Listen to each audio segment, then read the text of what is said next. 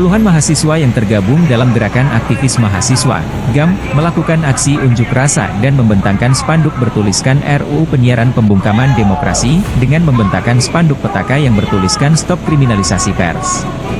Unjuk rasa tersebut berlangsung di pertigaan Jalan AP Petarani dan Jalan Hertasning, Makassar, Senin, 20 Mei 2024. Dalam tersebut, mereka membakar ban bekas dan menahan mobil peti kemas sebagai panggung orasinya.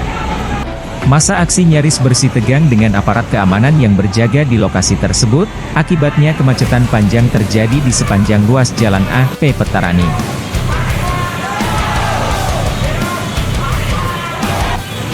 Jenderal Lapangan GAM, Fajar Wasis menilai, RUU Penyiaran bertentangan dengan Undang-Undang Pers Nomor 40 Tahun 1999.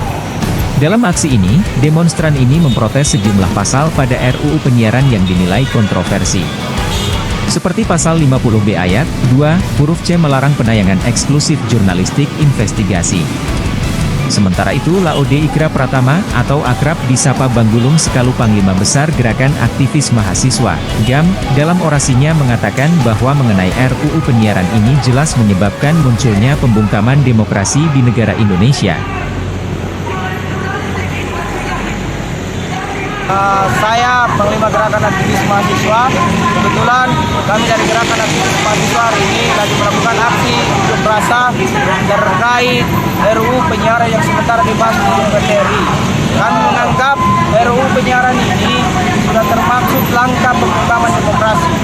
Jelas dalam pasal 50 dan beberapa pasal yang dibahas di DPR RI sejatinya membuat pengekangan terhadap pers, bahkan masyarakat yang menjadi ujung tombak kritikan terhadap pemerintah.